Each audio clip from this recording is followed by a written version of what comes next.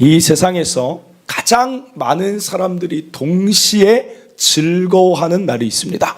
그날이 어떤 날일까요? 역시 여러분들은 너무 잘 아세요. 성탄절을 모든 사람들이 각 나라에서 즐거워합니다. 그런데 이것을 통계를 내본 그게 있어서 제가 살펴봤더니 약 지구에, 우리 지금 현재 지구상에 살고 있는 사람들이 약 80억 된다고 합니다. 그런데 80억 중에 4분의 1 정도 가량 20억 인구가 성탄절을 즐거워한대요. 여러분 놀라운 일 아닙니까? 많은 사람, 20억이라는 사람이 그날을 막 기대하고 기뻐하는 것입니다. 여러분 각각 다양한 모습이어서 한번 각 나라의 성탄절을 어떻게 보내는가 이렇게 찾아봤더니 인도 같은 경우는 기독교 인구가 2.5%라고 합니다. 2.5%니까 야 얼마 안 되네 이렇게 생각이 드는데 인도의 인구가 총 14억이에요. 그러니까 2.5%면 3,500만 명이에요. 우리나라 기독교 인구 다 합쳐도 지금 뭐 500만 명, 한 400만 명 이렇게 추산하면 여러분 몇 배입니까? 거의 뭐 8배, 9배. 그러니까 인도 가면 우리보다 기독교인이 더 많은 거예요. 참 인구가 많다는 게. 그런데 이 나라는 소나무가 구하기가 힘든 지역입니다. 나라입니다. 그래서 바나나 나무에다가 망고 나무에다 트리를 하면서 예수님 오심을 막 기독교인들이 즐긴다고 해요. 그리고 핀란드 같은 경우는 크리스마스 이브가 되면 무엇을 하는가? 핀란드는 뭐 하는가 봤더니 사우나를 한대요. 그리고 영국은 크리스마스 때 뭐 하는가 봤더니 이브에 가족들이 다 모여서 푸딩을 만드는 문화가 있대요. 그리고 베네수엘라는 크리스마스가 되면 산타 옷을 입고 롤러스케이트를 타고 돌아다닌대요. 그리고 유럽의 한 마을은 크리스마스 조명을 마을 곳곳에 진열해서 방문객들이 와서 그 분위기를 즐기는 마을도 있다고 합니다. 그리고 또 성탄절을 누구보다 기대하는 사람들이 있으니 교회보다도 성탄절을 기대하는 사람들이 있대요. 누굴까요, 여러분? 누가 교회보다 성탄절을 더 크리스마스를 기다릴까요? 네. GS25? 누가 GS25라고 한 것 같은데? 여러분, 바로 쇼핑, 그 소비업계, 백화점이나 이런 데가 크리스마스 시즌을 너무 기다려서 9월 달부터 준비를 한대요.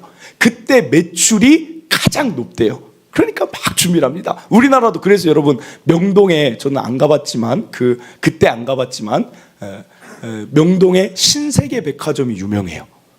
거기서는 크리스마스 그 전광판 이런 걸 꾸며놓고 며칠 날 점등식을 하면 사람들이 와서 그걸 다 본다고 합니다. 그래서 매해 다른 컨셉의 전광판과 그 조명을 꾸며놓는데 그 화려함이 이 교회들은 비교가 안 된다는 거예요.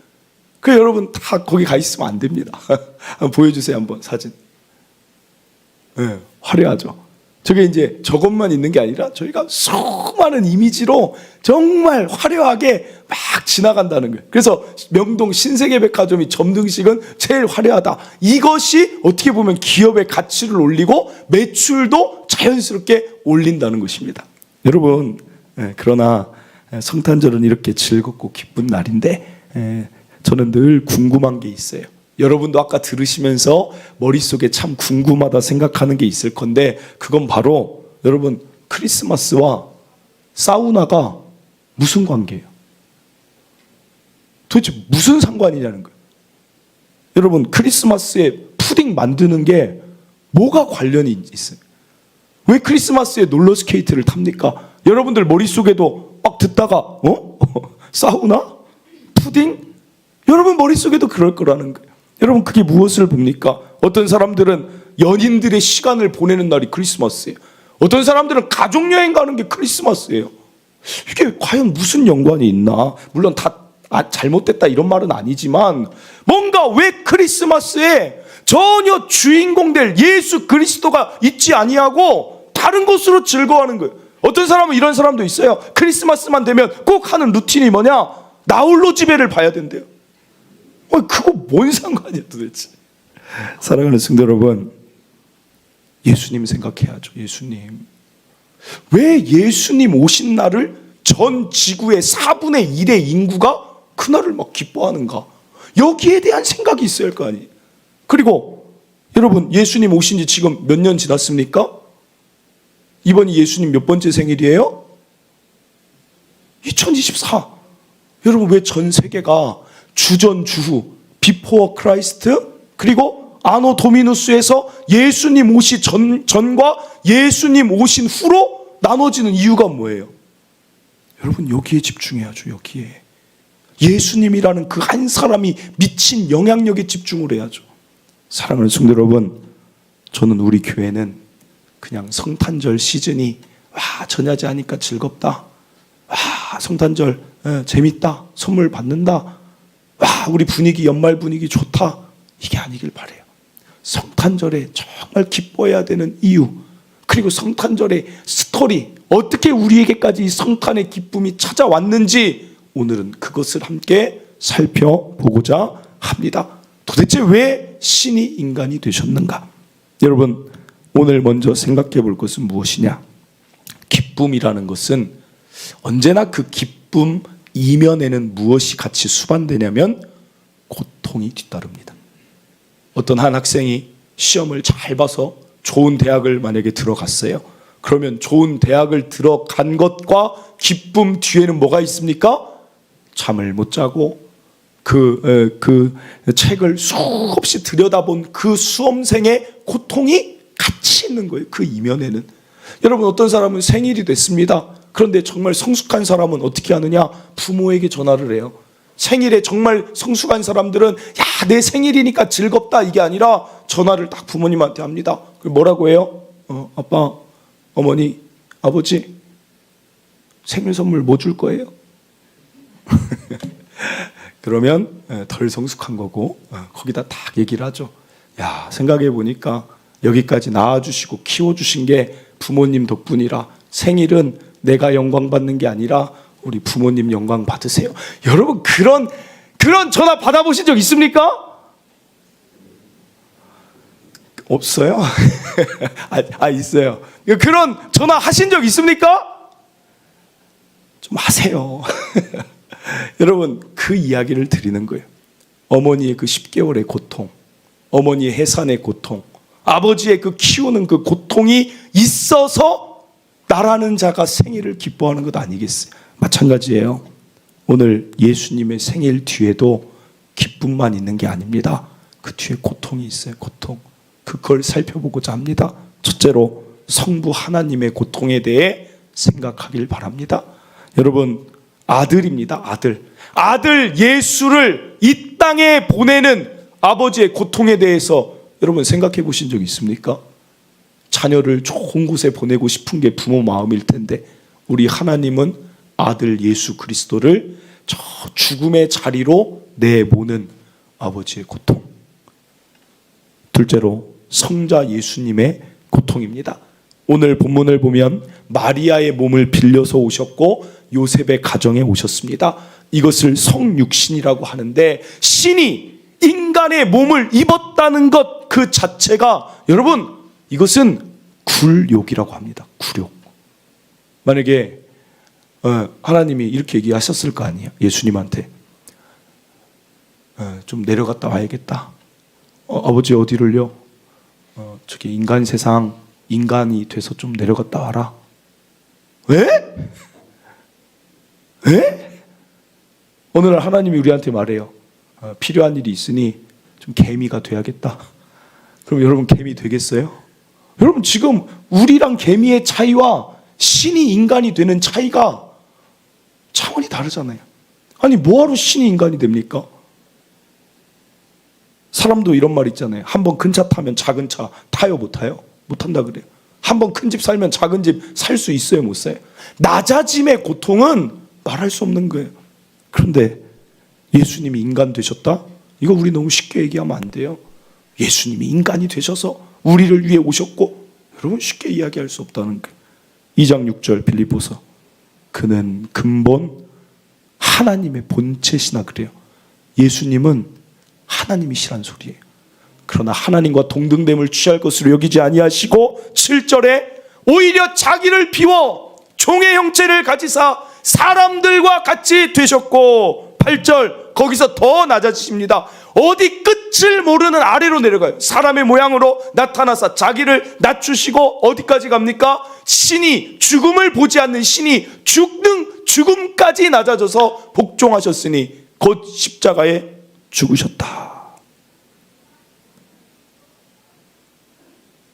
세 번째입니다. 부모의 고통이 성탄의 이면에 있습니다. 오늘 본문에 나오는 예수님의 어머니 마리아 18절입니다. 예수 그리스도의 나심은 이러하니라 그의 어머니 마리아가 요셉과 약혼하고 동거하기 전에 성령으로 잉태된 것이 나타났더니. 여러분 여기 보면 성령으로 잉태됐어요. 그러면 이게 왜 성령으로 잉태됐을까요? 뭔가 처녀가 아이를 낳을 것이다. 왜 동정녀 탄생이 필요합니까? 여러분 이 부분 말씀드린 적 있지만 죄가 없어야 돼요. 죄가. 아담의 원죄가 이어져 내려오지 않아야 되기 때문에 그래요. 구약에 보면 짐승의 제사, 왜 우리가 죄 지었는데 짐승에게 그 죄를 전가시키고 짐승이 죽습니까? 핏부림이 죄사함을 얻는 거예요. 죄가 없는 생명이 죽어야 돼요. 그러니까 인간 대표 예수님에게 모든 인류의 죄를 담당시키기 위해서는 예수님은 죄가 없어야 돼요. 남자 아담을 알지 않아야 원죄가 내려오지 않습니다. 왜 신이 와야 됩니까? 자범죄 때문에 그렇죠. 자범죄를 아담을 만들어 놔봤자 완전한 인간이 무너지는 것입니다. 그러니까 예수님 신, 내가 가서 자범죄 없는 인간을 만들어야겠다. 완전한 신이시요 완전한 인간인 내가 필요하다. 그게 바로 예수님이 와야 되는 이유였습니다. 여러분, 그런데 그것은 하나님 계획이죠. 마리아 입장에서 생각해 보자는 거예요. 마리아, 남자를 알지 못한 여자. 마리아 이때 나이가 몇 살이나 될까요? 여러분, 이 당시에는 결혼을 굉장히 빨리 합니다. 13, 14살에 합니다. 마리아 나이가 한 14살로 추정을 해요. 그러면 지금 중학교 1학년 정도, 우리나라 나이로 하면 중학교 1학년이에요. 그럼 중학교 1학년이 가정에 대한 꿈이 없겠습니까? 요셉하고 약혼했으니까 이제 결혼해서 들어갈 날만 이제 기다리고 있는데 갑자기 하나님이 성령 천사가 나오더니 너는 성령으로 임신할 것이다 그래요. 이게 무슨 날벼락이에요. 여러분, 그 당시에는 결혼 빨리 한 이유가 평균 수명이 한 45세 정도 됐다고 해요. 질병을 이기지 못하고 전염병, 수많은 영양실조 이런 것들로 수명이 짧으니까 빨리 결혼하는데, 안 그래도 짧은 삶을 살아가는데 그 해맑은 자가 갑자기 내 배가 불러온다면 여러분, 그것이 과연 마리아에게는 그게 축복이 되겠습니까?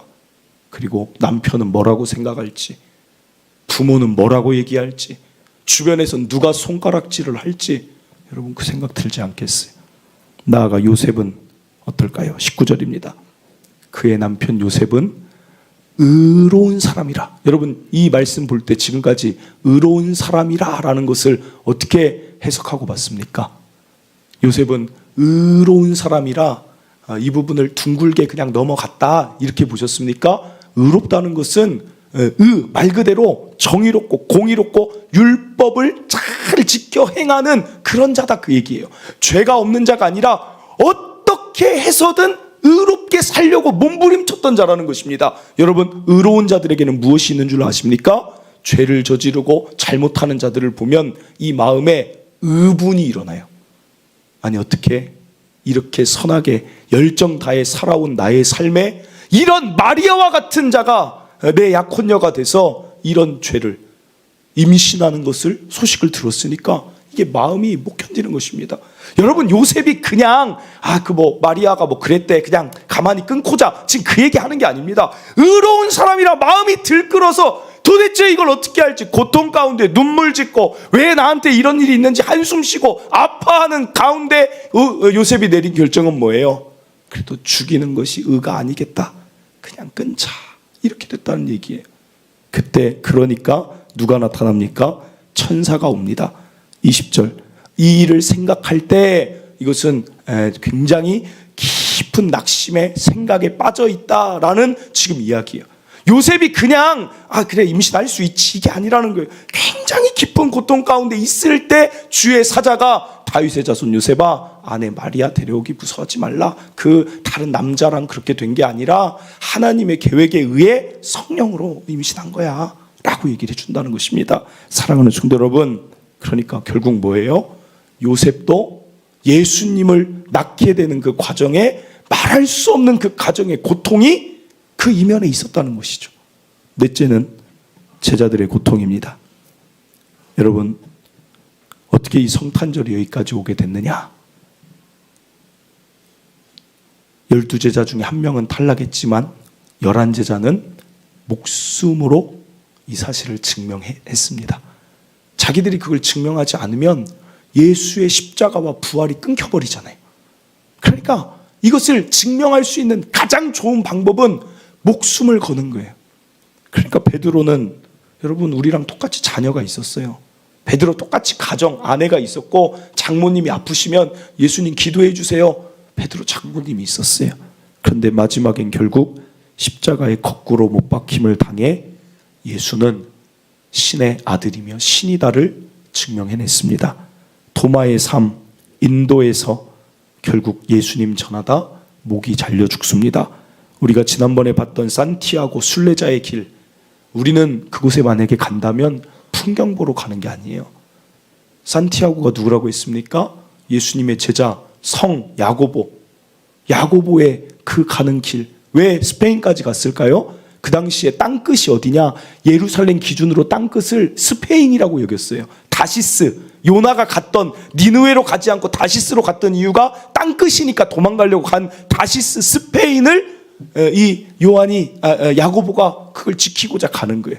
수 없는 순례의 여정을 가며 이제 예수를 증거하다 결국 거기서 그도 순교당해 죽습니다.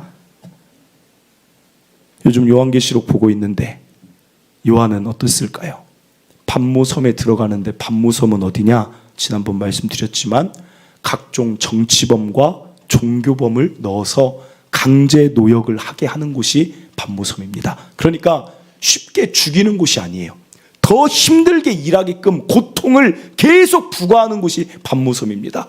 그곳에서 요한계시록을 기록하며 예수님 진짜다, 예수님의 부활 십자가 진짜다를 결국 목숨으로 증명해서 오늘 저와 여러분이 성탄절이 여기까지 오게 되는 그 출발점이 되는 것입니다. 마지막입니다. 다섯째는 수많은 순교자들의 피해 고통이 성탄의 이면에 있었습니다. 오늘은 우리나라 최초의 순교자 토마스 선교사님 이야기를 좀 더 자세히 하고자 합니다. 사실 우리나라가 예수님을 어떻게 합니까?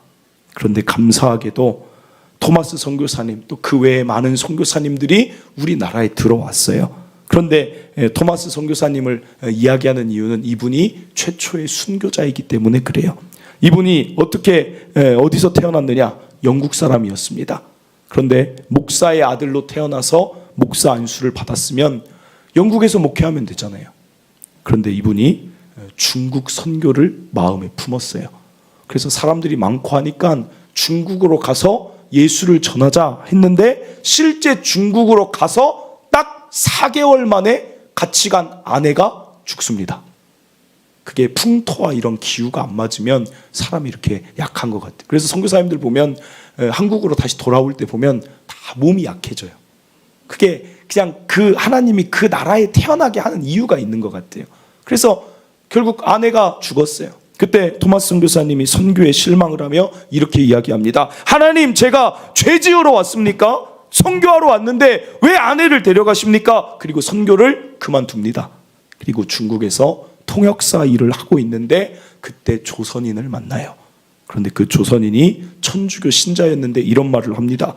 우리나라 조선에는 교회가 하나도 없다, 기독교인이 하나도 없다라는 이야기를 듣고 그의 마음이 불타오르기 시작해요.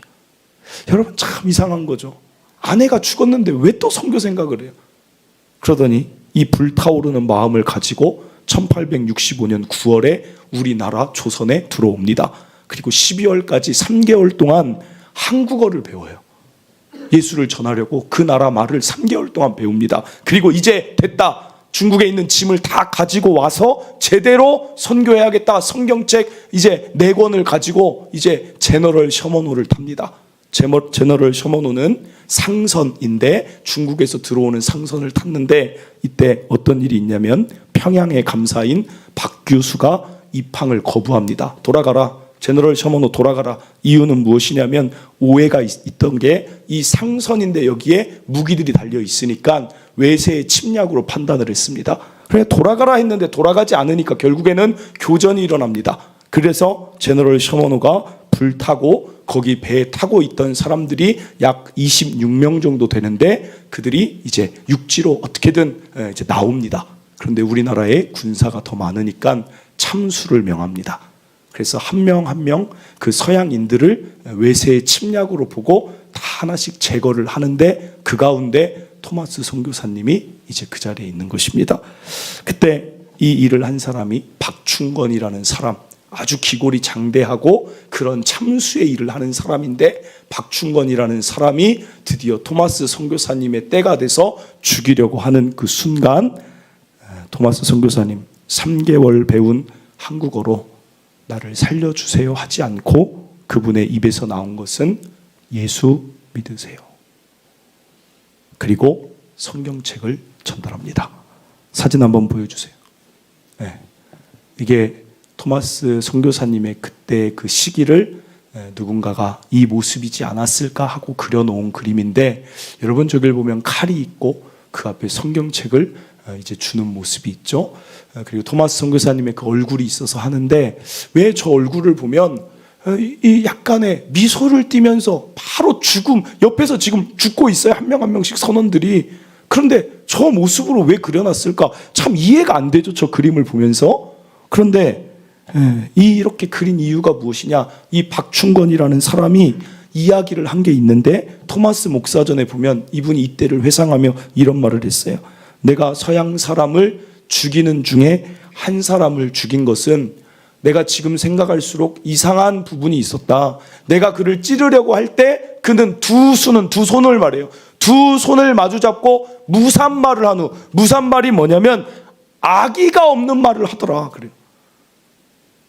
다른 사람들은 막 저주를 하고 무슨 살려달라 얘기를 하고 와우성을 치는데 이 자는 이상하다. 두 손을 잡더니 악의가 없는 말을 하더라. 그리고 붉은 배를 입힌 책 성경을 주더니 웃으면서 그래요. 나에게 받으라 권하였다. 그러므로 내가 죽이기는 하였으나 이 책은 받지 않을 수가 없어서 받아왔다. 그래서 27살에 토마스 선교사님은 한국을 품고 온 그 사이에 이 땅에서 사라집니다. 여러분 어떻게 보면 고통 아닙니까? 쉽게 말하면 이런 허무한 죽음이 어디 있어요? 아내가 죽고 27살에 이런 오해로 죽는 이 일들. 그런데 이때 토마스 선교사님이 성경책을 박충건과 또 누구에게 줬냐면 3권을 그 옆에 있던 아이 최치량 12살 아이에게 줬어요. 이 성경들이 각각 어떻게 일이 되었는가 보면 박충건은 나중에 이 한문 성경이 너무 이상한 타이밍에 받은 것에 이 성경을 읽기 시작하더니 결국에는 복음이 그 안에 들어옵니다. 그리고 예수를 믿는 자로 박충건이 바뀌어지고 결국에는 이 자가 나중에는 목사가 됩니다. 그리고 마펙과 한국 성도들 앞에 몰라서 그랬다는 회개를 하고 결국에는 이제 영주교회라는 교회를 담임하는 목사가 돼서 일평생 복음으로 살아갑니다. 그런데 여기서 끝나지 않아요. 이 박충건이 이 도서를, 이 성경을 불온 서적으로 서양 사람이 준 서적은 절대로 가지고 있으면 안 된다 해서 숨겨놨습니다. 왜냐하면 그게 걸리면 자기가 죽을 수 있으니까 그것을 숨겨놨는데 그 숨겨놓은 것을 그의 조카가 그것을 읽습니다. 그러더니 그가 예수를 믿게 되고 그가 일이 있어 중국으로 갔는데 중국에서 누구를 만나냐면 로스 선교사님을 만나요.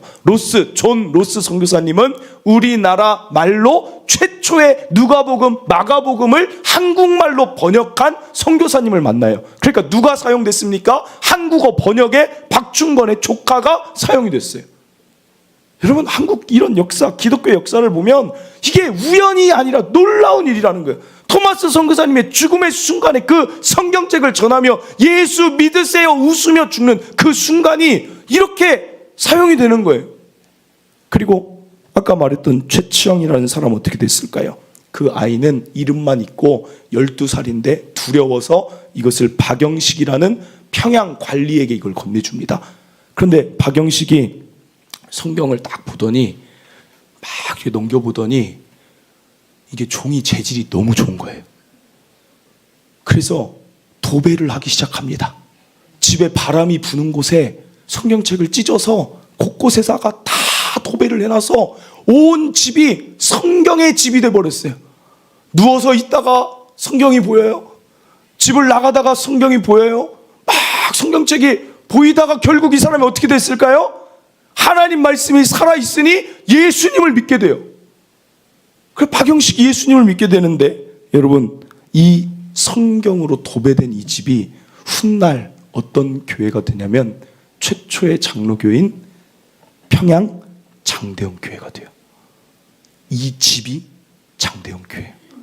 그래서 이 집을 시작으로 1907년 이 성경에 도배됐던 집을 통하여 평양 대부흥 100만 부흥 운동이 일어나는 거예요. 사랑하는 성도 여러분, 토마스 선교사님의 고통이 있었으나 그 고통 뒤에 기쁨이 이렇게 찾아오고 더 말하지 못한 수많은 이야기가 있다는 것입니다. 사랑하는 성도 여러분, 저는 이 고통을 오늘 어떻게 보면 성탄의 주제와 맞지 않게 굉장히 무겁다 생각하지만 고통의 깊이를 알아야 기쁨의 깊이가 커지기에 고통을 말씀드립니다.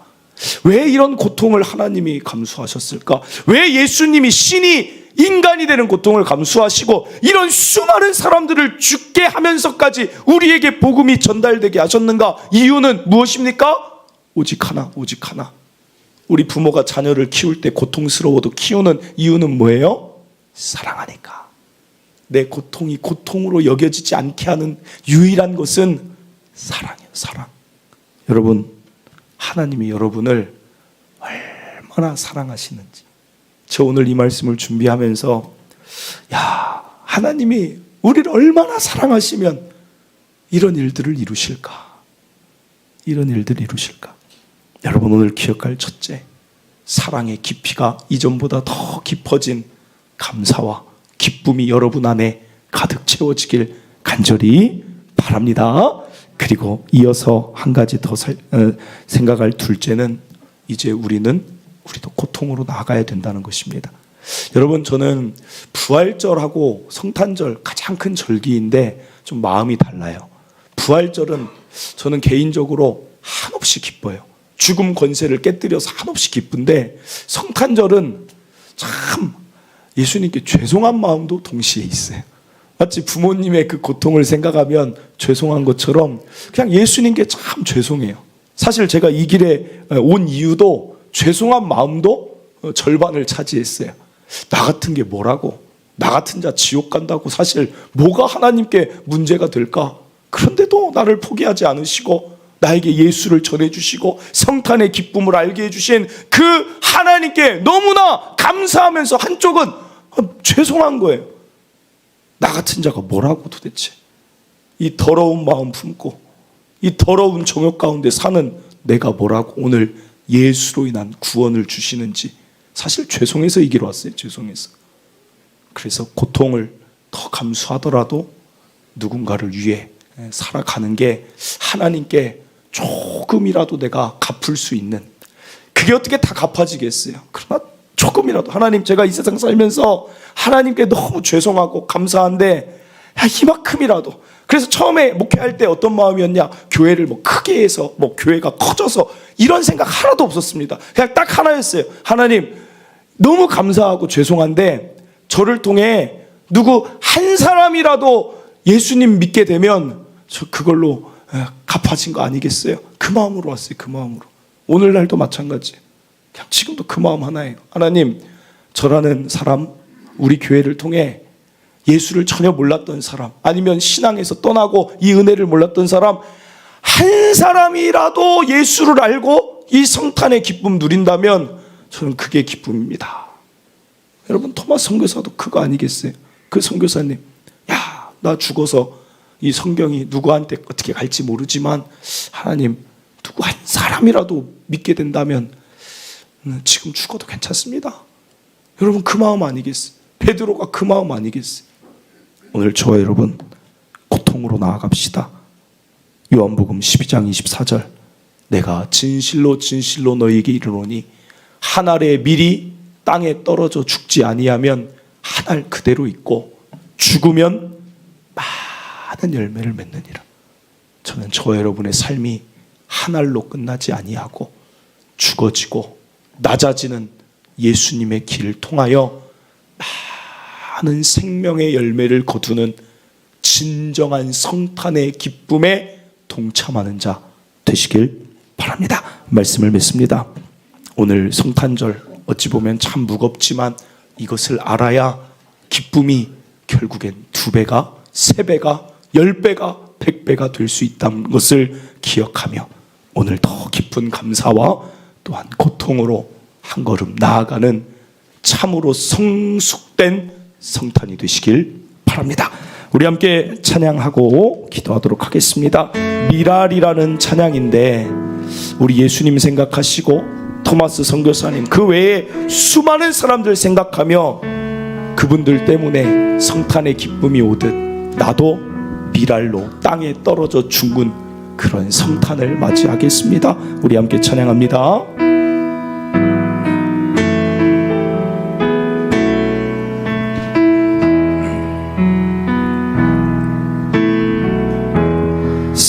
세상을 구원하기 위해 흘려야 할 피가 필요하다면 죄인을 대신하기 위해 희생의 제물 필요하시다면 내 생명 제단 위에 드리니 주 영광 위에 사용하소서.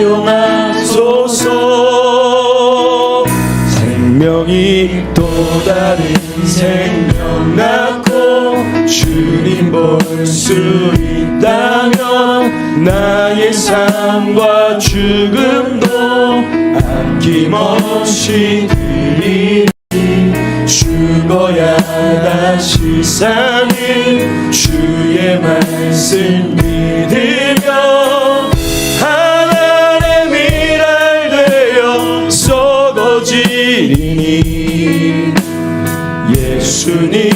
예수님처럼 살아가게 하소서.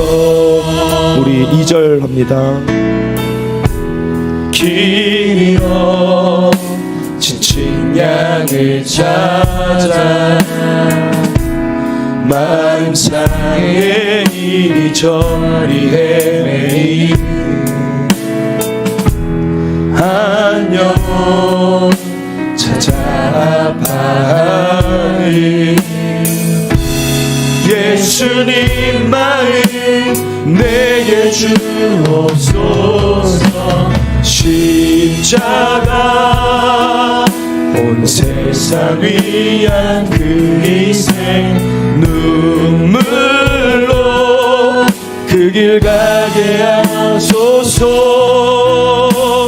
생명이 또 다른 생명 낳고 주님 볼 수 있다면 나의 삶과 죽음도 아낌없이 드리니 죽어야 다시 사는 주의 말씀 믿으며 하나님의 미랄 되어 썩어지니 예수님처럼 살아가게 생명이 또 다른 생명 낳고 주님 볼 수 있다면 나의 삶과 죽음도 아낌없이 드리리 죽어야 다시 사는 주의 말씀 믿으며 하나님의 미랄 되어 썩어지리니 예수님처럼 살아가게 하소서. 아멘. 사랑하는 성도 여러분, 오늘 기쁜 성탄절이라 사실은 기쁨의 메시지를 전하고 싶었는데 신이 인간이 된 것이 너무 가슴이 아픈 거예요. 도대체 신이 인간이 될 이유가 무엇입니까? 우리 다 아담과 하와 때 이미 심판받았고 다 없어져도 할 말 없는 죄인의 인류가 도대체 무엇이길래 성부 하나님 그 고통 가운데 예수님 보내시고 예수님 직접 오셔서 여러분 십자가의 길을 걸으시는 그 하나님, 우리 예수님, 그리고 그 하나님과 예수님의 마음을 아는 자들이 있었습니다. 얼마나 사랑하면 그런 선택을 하셨을까 하며 요셉도 마리아도 하나님의 마음을 알았어요. 야, 얼마나 우리를 사랑하시면 이런 일을 이루실까. 12제자도 결국 그걸 깨달았습니다. 얼마나 우리가 소중하면, 얼마나 우리를 구원하기 원하시면, 얼마나 우리가 하나님 앞에 아름다운 자면 이런 일을 하실까. 그러면서 12제자가 목숨 걸고 이걸 증거했습니다. 토마스 선교사님 이른 나이에 이걸 깨달았어요. 얼마나 하나님 우리 사랑하시면 나도 하나님 위한 길 나도 해야겠다, 나도 가야겠다. 그러며 마지막 그 칼날 앞에 이 성경을 주며 웃으며 예수 믿으세요라고 전하는 그 수많은 순교자들 앞에 오늘 우리는 기쁨의 성탄절을 맞이하게 되는 것입니다. 그럼 그 하나님의 사랑이 더욱 느껴지시길 바라며 그 고통과 그 모든 것을 감당하는 오늘 저와 여러분도 그 길을 걷게 되기를 바랍니다. 우리 하나님 기뻐하시는 거 있다면 오늘 우리를 통해 한 영혼이라도 산다면 그게 하나님 기뻐하시는 일이 될 줄 믿고 오늘 나도 하늘의 밀로 혼자 살아가는 게 아니라 썩어져 죽음으로 수많은 열매 하나님 앞에 올려드리고 하나님 나라 가겠습니다. 이게 더 성숙한 성탄절이 될 줄 믿습니다. 우리 시간 주여 한번 해주고 여러분 마음에 주신 감동을 가지고 감사와 결단과 사명의 기도 드리시길 바랍니다. 주여 한번 외치고 기도합니다. 주여 하나님 아버지 감사를 드립니다. 우리가 무엇이길래 예수 그리스도께서 신이 인간이 되어주심을 통하여 이 땅에 내려오십니까? 우리가 무엇이길래 나 같은 자 지옥에 가도 아무 할 말 없는데 우리를 살리기 위하여서 이 고통을 인내하신 우리 하나님, 우리 예수님, 수많은 제자들에게 우리는 빚진 자 됩니다. 수많은 순교의 사람들에게 우리는 빚진 자가 됩니다. 이제 우리는 어떻게 살아야 되겠습니까? 이제 우리는 어떤 성탄절을 보내야 되겠습니까? 이제 우리의 삶은 어떤 사명으로 나아가야 되겠습니까? 하늘의 미랄들이 땅에 떨어져 오늘 우리라는 열매를 맺었는데 오늘 우리는 하늘 그대로 살아갈 수 있겠습니까? 오늘 이 성탄절이 한 주 기뻐하고 한 주 분위기에 도취되지 않게 하여 주시옵소서. 이 성탄의 기쁜 감사와 만족과 하나님 고통을 깨달으며 나도 그 길을 나아갈 수 있는 우리가 되게 하여 주시옵소서. 오 수많은 죽음이 우리의 기쁨이 되었던 것처럼 오늘 우리도 더 낮아지게 하시고 땅에 떨어져 죽게 하시고 더 낮아짐을 통하여서 더 헌신함을 통하여서 더 교회를 세움을 통하여서 하나님 누군가의 영혼을 위하여 또 다른 열매를 바라며 하나님 달려가는 우리 성도들 우리 교회에 되게 하여 주시옵소서. 오 하나님 우리 예수님이 하셨던 일 그 길을 따라가는 게 그리스도인 아닙니까? 예수님 따라가야 되는 게 그리스도인 아닙니까? 오늘 우리 그리스도를 따라가는 성탄절에 맞이하는 자들 다 되게 하여 주시옵소서.